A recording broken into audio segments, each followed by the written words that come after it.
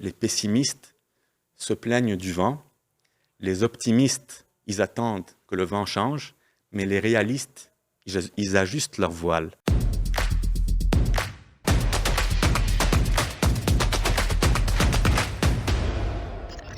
Hey, bonjour Adi, ça va bien? Bonjour Jocelyn, ça va très bien toi? Très heureux de te voir encore Moi aussi. ici devant moi pour parler d'immobilier, toujours agréable. J'ai plein de questions pour toi. Je vais commencer tout de suite par une question, c'est que, euh, en fait, présentement, on vit une métamorphose du marché immobilier, comparativement si on compare à 2020, 2021 ou même début 2022. Donc, qu'est-ce qui se passe en ce moment-là? Jocelyn, c'est drôle parce que là, on est en novembre 2022. Tu as choisi le bon mot, le marché se métamorphose. Mais pourtant, si tu m'aurais posé la même question en début de pandémie, en mars 2020, disons, on aurait dit aussi que le marché était en train de se métamorphoser, mais dans un autre sens. Donc aujourd'hui, oui, on assiste un peu à un retour à la normale. Une normale peut-être à laquelle on n'est plus vraiment trop habitué, mais pourtant, c'est la normale. Puis qu'est-ce qui est à l'origine de ces changements-là, finalement? Jocelyn, regarde, le marché immobilier, c'est comme un être vivant. Donc, le changement, ça fait partie intégrante du marché immobilier. Donc, c'est comme un chien, un chat, un homme, une femme, un arbre. On est tous en train de changer et d'évoluer. Donc, le marché évolué, il est familier à ce changement. OK? C'est pas quelque chose qu'on n'a jamais vu, là. Là, la roue tourne, puis les conditions changent selon les conjonctures économiques, politiques, sociales, etc. Donc, pour répondre à ta question, il faut juste comprendre une chose. L'inventaire, comment il est créé? Ça me permettra de pouvoir répondre mieux à ta question. L'inventaire, en fait, il faut dire que les gens qui achètent leur première propriété, ils l'achètent entre l'âge de 25 et 30 ans. Et les gens qui vendent leur propriété, ils la vendent entre l'âge de 75 et 80 ans. C'est la dernière maison qu'ils vont quitter. Alors, ça, c'est une chose. Donc, on a comme un mécanisme de maisons qui se recyclent. Donc, les plus vieux vendent aux plus jeunes. Les plus jeunes, en vieillissant, ils vont vendre aux plus jeunes, etc. Et en même temps, on a aussi les nouvelles constructions. Donc, c'est de nouvelles bâtisses qui viennent s'ajouter au parc immobilier déjà existant pour répondre à la demande de la population croissante suite à l'immigration et plein d'autres paramètres. Alors, si on fait une rétrospective des événements majeurs des dernières années, on comprend que suite à la pandémie, les besoins des ménages ont changé.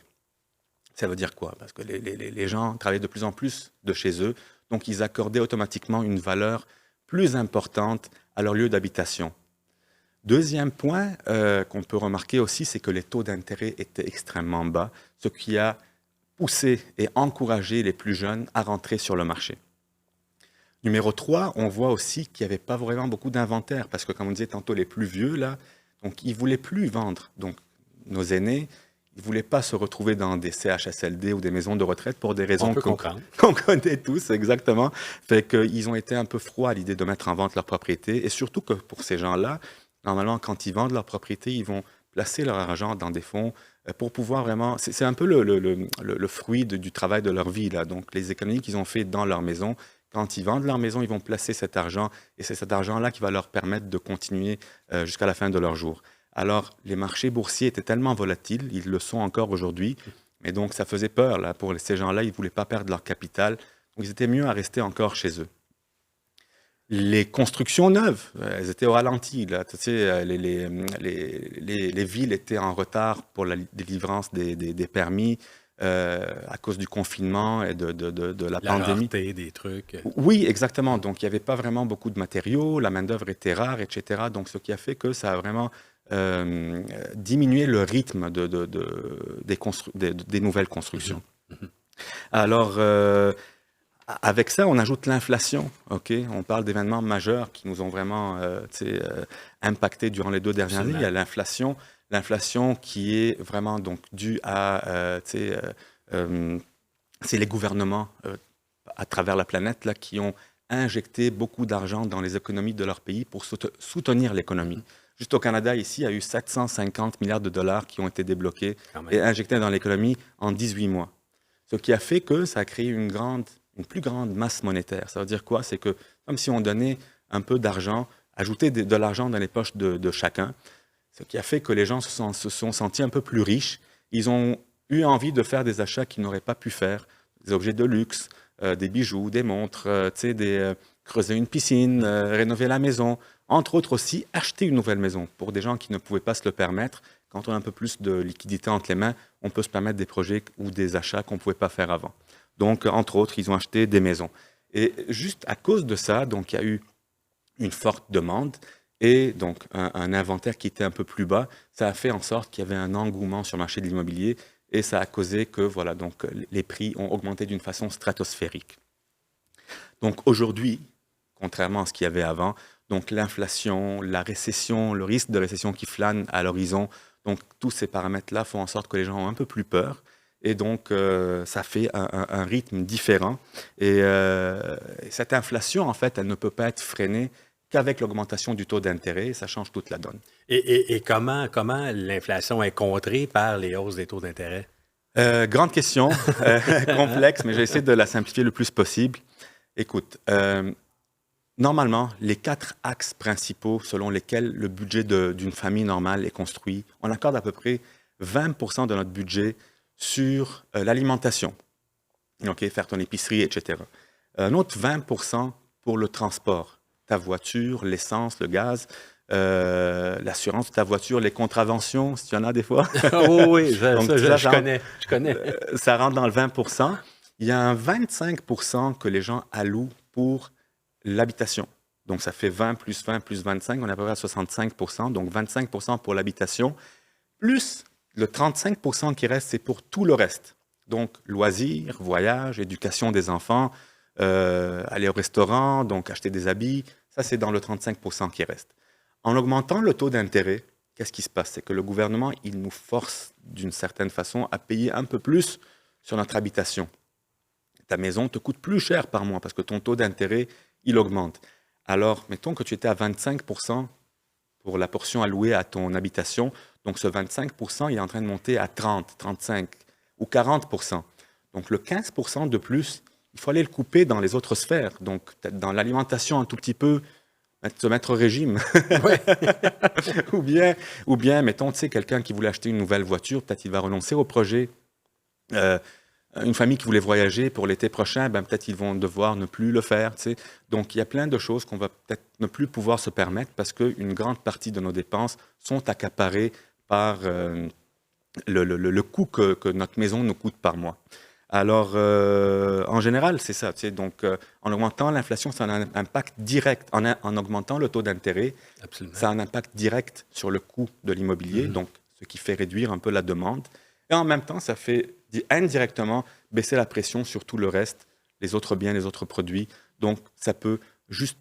La tendance à moyen et long terme serait de faire baisser les prix. OK, mais là, j'entends tout ça, Adi, mais est-ce que ça va être possible d'acheter une maison en 2023 ou d'en vendre une?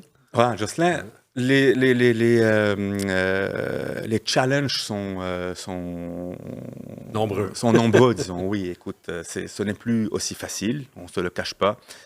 Par contre, écoute, aujourd'hui, on a, avec le taux d'intérêt qui augmente, on a de moins en moins d'acheteurs.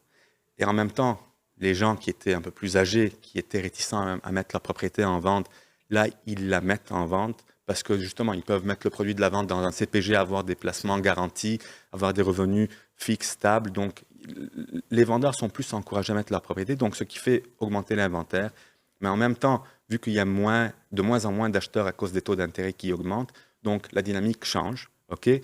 Il faut juste comprendre que c'est toujours possible de faire une transaction, mais les vendeurs doivent se mettre en tête qu'ils ne peuvent plus vendre leur propriété au même prix que leurs voisins qui l'avaient vendu il y a quelques mois. 5 mois, 6 mois. Donc, il faut vraiment comprendre que le marché, oui. Tu sais, quand la conjoncture est de même, normalement, la tendance au niveau du prix, elle est baissière. Donc, il faut admettre que le prix des maisons n'est plus ce qu'il était il y a 6 mois. Donc, aujourd'hui, on a une régression au niveau du prix d'à peu près 10, 15, 20% dans certains secteurs. Donc, il faut que les vendeurs comprennent cette réalité puis s'ajustent en conséquence. Quand tu mets ta propriété en vente, il faut que tu la mettes au juste prix, au prix qu'elle pourrait vraiment se vendre aujourd'hui. OK? Donc, vraiment, en faisant attention à tout ça, oui, tu peux vendre.